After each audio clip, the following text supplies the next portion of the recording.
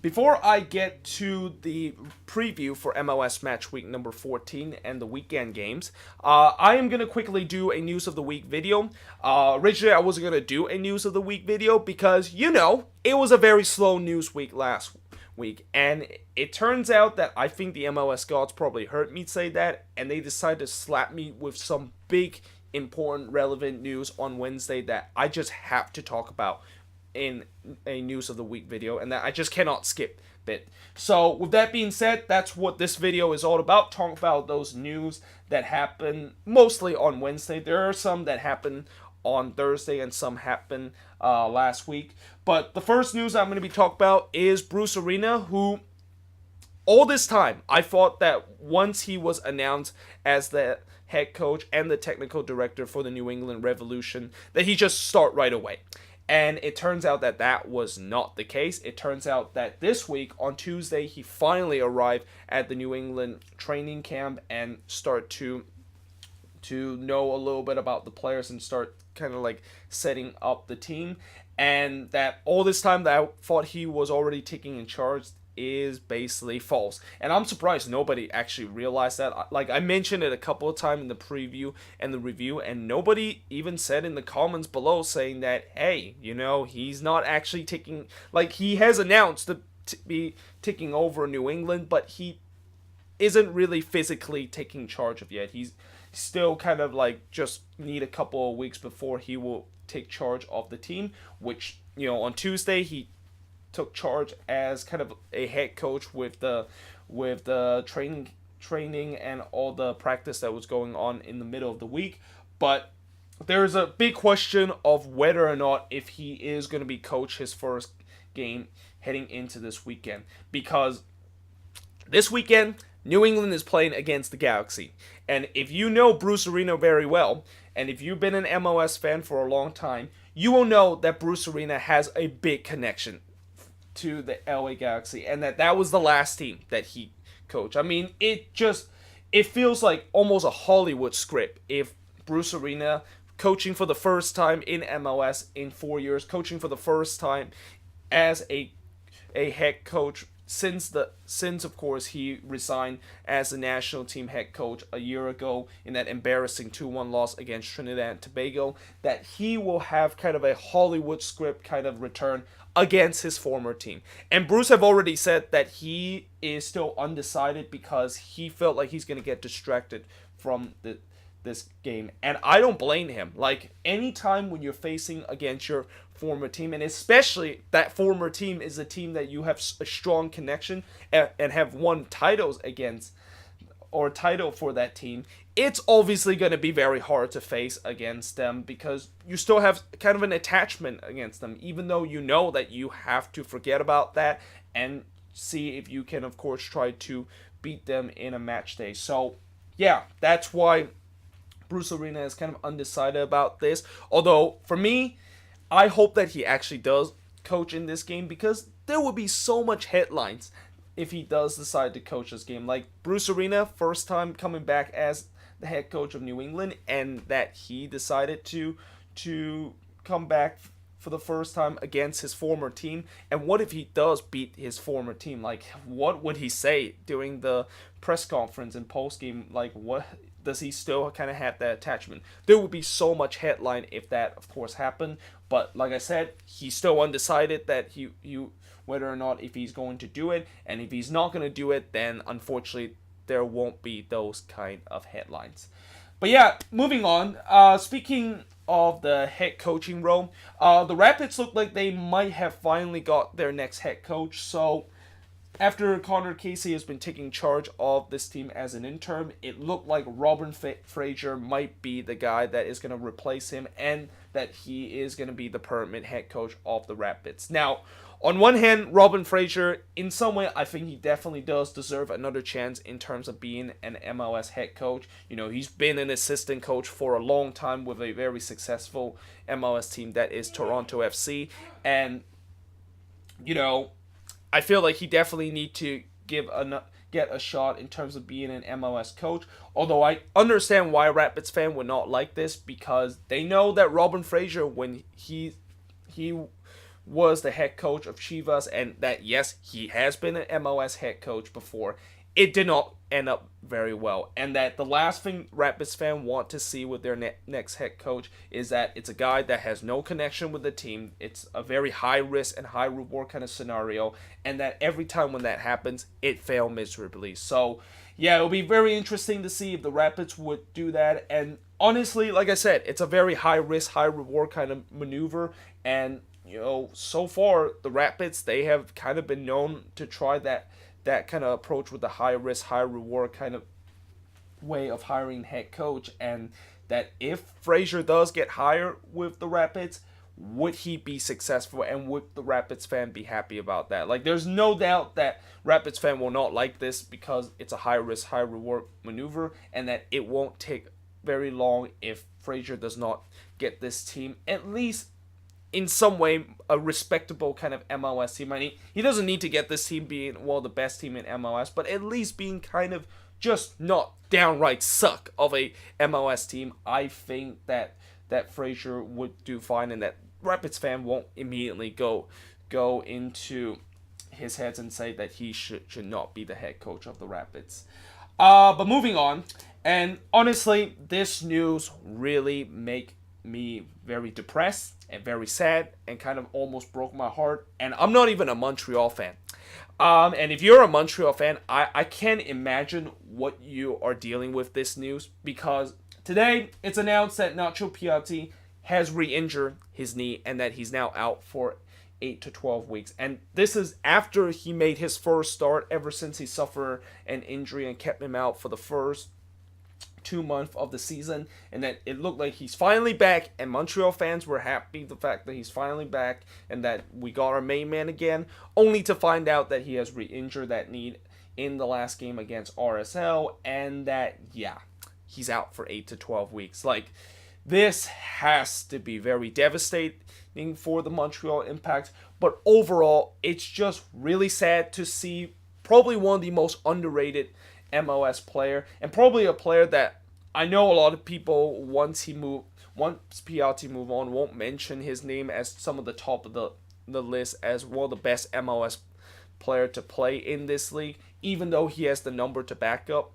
In terms of making the argument, he is one of the best central attacking midfielder and one of the best player in MLS that we have seen. Yeah, I mean, it's sad. It's sad the fact that he is going to be out again, and that, right now, for majority of the season, it seemed like he has spent more time on the IR than actually on the playing field, and that this is supposed to be his farewell tour. Like, a farewell tour should definitely be a tour where, with Piatti, what he has done in this league, and what he's done with Montreal, of just carrying this team year after year, you would think that this farewell tour means that he could once again, for the very last time, carry this team and make them a playoff team. But with this injury, this is definitely a huge blow to not only their team, but maybe their seasons too. And I know some Impact fan has already said that season is over, because this seems to always happen with them when they become playoff contention. Then an important player on their team goes down and they miss the playoffs. And I think in some way that is true, but in some way I think that maybe this is also a big wake-up call for the front office, where they need to replace Piatti and they need more attacking piece. Like, they know that they're going to have to replace him, and that clock is definitely ticking. But right now, it is really ticking, and it might be ticking even faster now. The fact that Piatti, in his final year with Montreal, cannot stay healthy, and that he has been kind of look very fragile in this last season with the Impact, that they need to get an important attacking piece. And so far, they kind of got it with Omar Brownie. And, Brownie, he has definitely done pretty well with Montreal. But still, they need more attacking piece than just Brownie, the attacking piece that they got a couple of weeks ago. But moving toward a little bit more happier kind of news, and a news that certainly I know a lot of people won't really talk about it much, but it's something that I have to kind of talk about and kind of give big credit and kind of give a big round of applause to Odell Estem, who gets his first start for DC United after he came back and battling cancer. I mean, whenever a player, or if anyone diagnosed with cancer, you will know that that is a life-changing event. Like, not only that, you don't know what's going to happen and whether or not if you're going to be able to battle it and able to win the battle, so you can survive and you can still live for the rest of your life. I can't imagine how, if you're a football player and you diagnosed with cancer, that could really be it, and that might be a career-ending kind of ways, and it will just be the worst way to end your career when you have I talk about how career ending, the worst way to end your career is suffer an injury, which unfortunately Chad Marshall, that's the way that he of course end his career. But it's even worse, the fact that your career ends because you suffer cancer. But to the credit of Odell Estem, he battled back, and now he has made probably the best comeback we have ever seen a player made in MLS. Like, we've seen good comebacks with player from dealing with long injury, but to battle back from cancer that could potentially end his career and end his life, yeah, I mean, that deserve a huge round of applause. And that, I know he's not a big name in MLS, but still, it is impressive. It is just an emotional kind of comeback story that he has been dealing with, and I really congratulate Odell Estem for not only beating his cancer and winning the battle of cancer, but finally getting his first start after he of course was diagnosed with cancer a year ago. But moving on to a little bit more of a exciting kind of news, or I shouldn't say exciting, because for two of these teams, they will be a little bit kind of ticked off about this. Alexander Khatai and Gustav Swenson has earned national team call-up for the Euro 2020 qualifier for their respective team. And the reason why I say that teams are a little bit ticked off about this is because now they're going to lose both of those players in some of the games. I mean, they're happy that some of their player gets called up for a national team. I mean, certainly Khatai, he's probably happy that he's get called up for, I believe, the Serbian national team for the first time since 2016.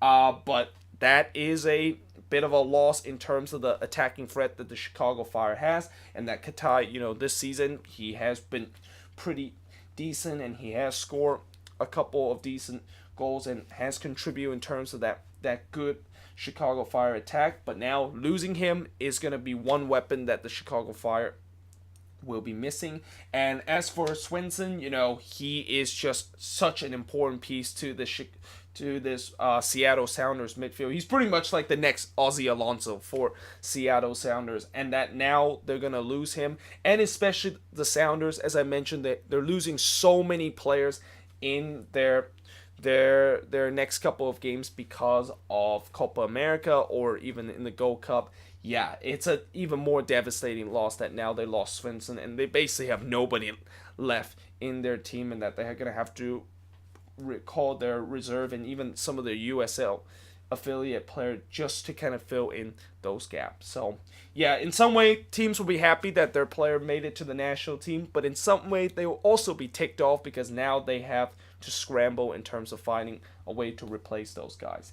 But moving on, Disco has suspended Naismith for additional game for serious foul play. I think it was the last game where he got a red card. It was actually the previous to the last game, where in the last game, of course, he was suspended, but now he's going to be suspended again for one more game because of the serious foul play, and also fine LGP, Wagner, and Hussein for simulation. And there's also one news that I didn't put up there, but Johnny Russell, of course, win Player of the Week, which is not a big surprise because he scored a hat-trick. And as I mentioned before, if you're a player that scored a hat-trick, no matter which team that you're playing or which team that you are facing, if you score a hat-trick, you're pretty much automatic in terms of winning the Player of the Week. There's only one instant this year that when a player scored a hat-trick, which was Christian Naismith scoring a hat-trick in one of the match week that didn't win Player of the Week. That's because another player scored a hat-trick that was, I believe, Carlos Vela.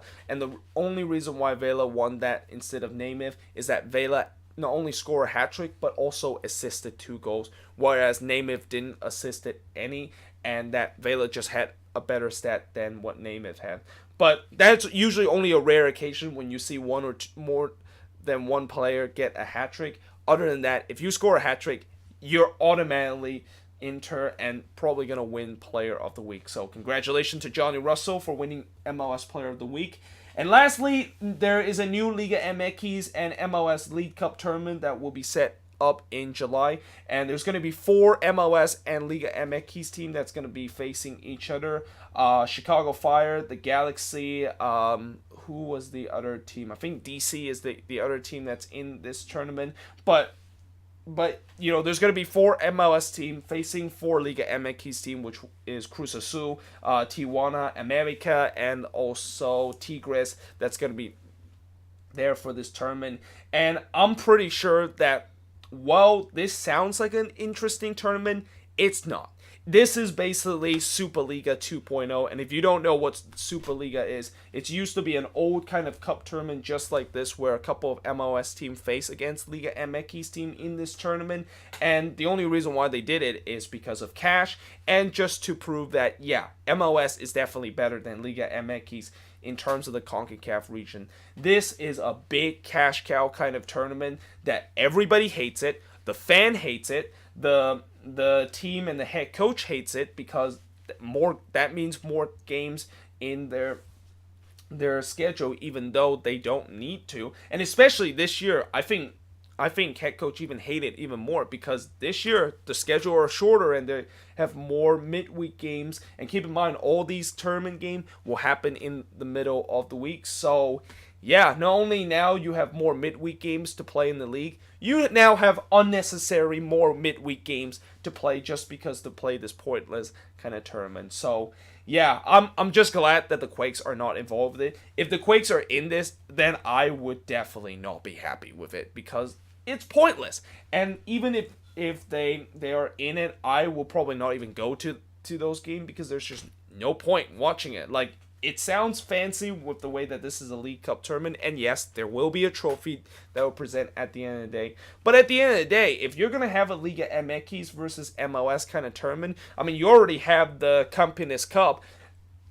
Why not do this kind of tournament in the beginning of the season and not like right now? Or just do it like CONCACAF Champions League already have this kind of stuff where MLS team face Liga MX team a lot.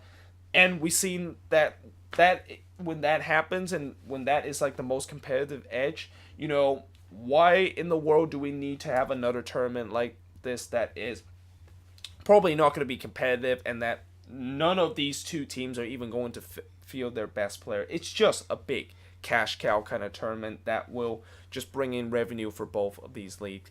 But that being said, that is pretty much it for all the news from this past week. Let me know in the comments below, what do you think of these news, and if there's any news that I missed, let me know in the comments below. And yeah, hope you guys enjoy this video, and I will see you guys next time.